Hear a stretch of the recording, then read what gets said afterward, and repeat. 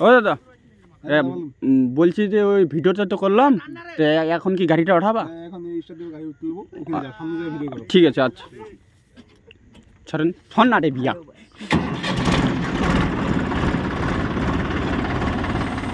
ওই যে ওইটা বড় মিয়া,